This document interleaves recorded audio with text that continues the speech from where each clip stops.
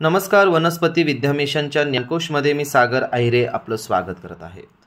पाचमुखी हिंगणबेट नावाची वनस्पती ही तुम्हाला जंगलामध्ये, कुठल्याही नर्सरीमध्ये किंवा बऱ्यापैकी पुणे जिल्ह्यातील मावळ तालुक्यात तुम्हाला पाहायला मिळते. हे जे फळ आहे याचा स्वाद आणि याचा सुगंध पूर्णपणे हिंगासारखा असतो. वनस्पती शास्त्रांमध्ये आदि शुक्राचार्य यांच्या तंत्र सिद्धी या ग्रंथामध्ये या वनस्पतीचा उल्लेख आढळतो. ही वनस्पती पाचमुखी असून 5 प्रकारचे दोष कमी करते. बाहेरील बाधा, नजर बाधा, पितृदोष, काल सर्पदोष, राहू व केतूचा दोष अशा प्रकारे मूळ ग्रंथांचा आधार घेऊन या वनस्पतीचा उपयोग तंत्रशास्त्रांमध्ये सांगितलेला आहे. ही वनस्पती दुर्मिळ नसून मात्र दुर्लभ असे कामं करते. विशेष म्हणजे ही वनस्पती 5 मुखी असणं गरजेचं आहे.